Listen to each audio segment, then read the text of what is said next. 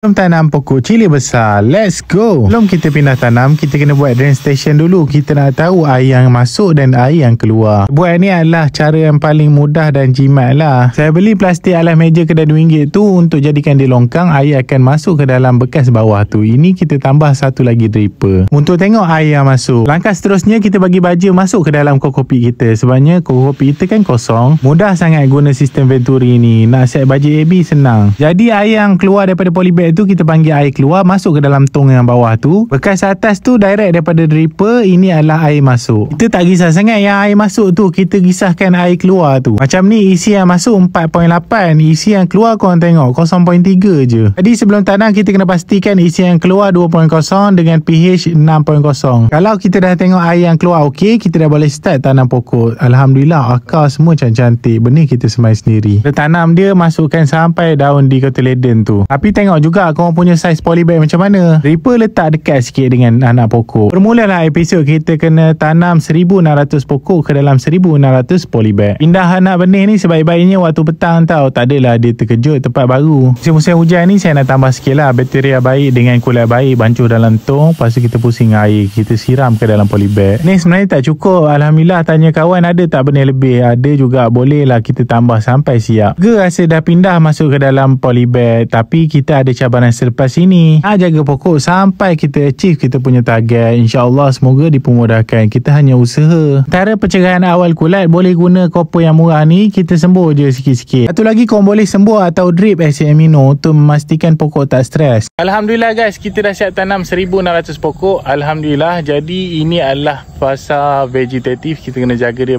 jangan bagi ada stres. Satu lagi, sekarang ni musim hujan, kita kena jaga humidity dengan pemberian air lah. Jangan bagi terlalu banyak supaya kita nak elakkan kulat musim hujan ni. Okay guys, jumpa lagi for next video. Bye. Assalamualaikum.